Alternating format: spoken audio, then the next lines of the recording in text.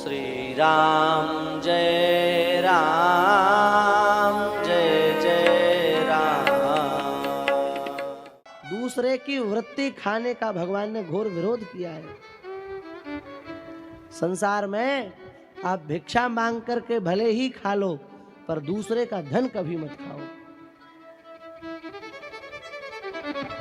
दूसरे का भाग हड़प लेना महान दुर्गति का कारण है, महान पतन का कारण है। इसलिए दूसरे के धन पर, दूसरे की वस्तु पर कुदृष्टि नहीं रखनी चाहिए।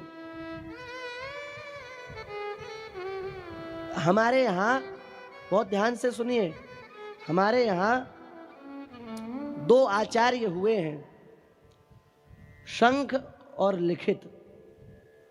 इन दो आचार्यों ने मिलकर एक धर्म ग्रंथ बनाया है जिसको शंख लिखित स्मृति कहा जाता है।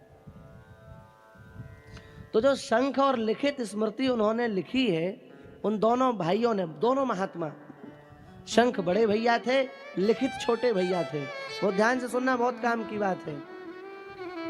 तो एक दिन क्या हुआ कि लिखित के मन में भाव आया कि हम अपने बड़े भाई से मिल करके आए। दोनों अलग अलग रहते थे। तो लिखित जो है अपने बड़े भाई की कुटिया में आए। कुटिया में देखा उन्होंने, बड़े भाई तो थे नहीं।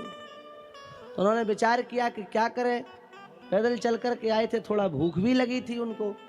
तो अपने बड़े भाई के ही बगीचे के सुंदर फलों को उन्होंने खा लिया। और जब बड़े भाई थोड़ा देर बाद आए तो बड़े भाई के चरणों में प्रणाम करके बोले, भैया हमने आपकी बगिया के 2-4 फलों का भक्षण किया है। अब देखो, अपने भाई की वस्तु खाने में हम लोगों की दृष्टि में कोई पाप नहीं है, कोई अपराध नहीं है। पर शंख ने क्या कहा? शंख ने कहा, भैया भले ही हम तुम्हारे बड़े भाई हैं, पर कहीं ना कहीं तुमने हमारे ना रहते हुए इस बगिया के फल खाए हैं, तो कहीं ना कहीं तुमको सूक्ष्म रूप से चोरी का पाप लगाया। यहाँ के मुखिया हम हैं, हमसे बिना पूछे तुमने खाया, तो कहीं ना कहीं चोरी का पाप तुमको लगा है।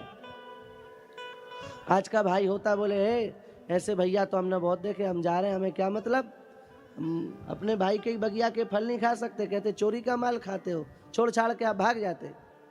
लेकिन धन्य है श्री लिखित जी महाराज।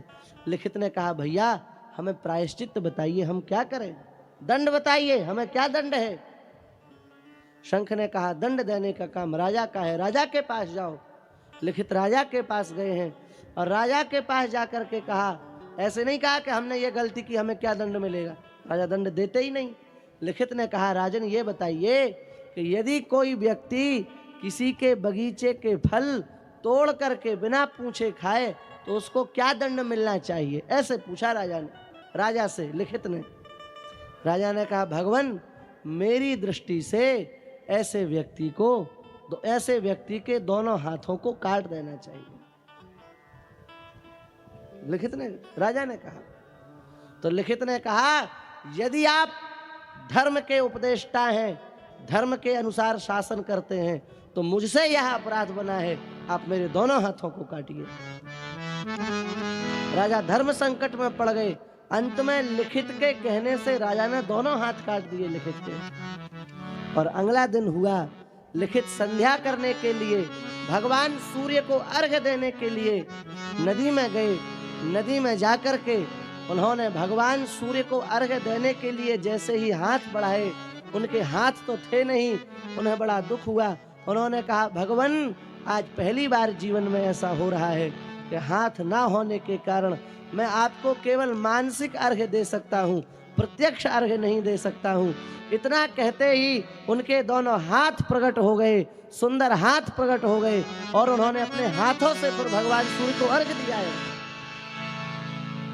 कहने का मतलब क्या हुआ, इतने सूक्ष्मता से धर्म का विचार हमारे यहाँ किया जाता था, इतने सूक्ष्मता से चोरी का विचार हमारे यहाँ किया जाता था। आजकल लोग व्यक्ति के लाखों करोड़ों रुपया खा करके उस पर विचार नहीं करते कि हमारी क्या दुर्गति होगी। इसीलिए फिर ते पच्यन्ते नरक विमूढ़ा, उनको नरक में जाकर के खूब बढ़िया उनकी सेवा होती है और दुर्गति होती है। फिर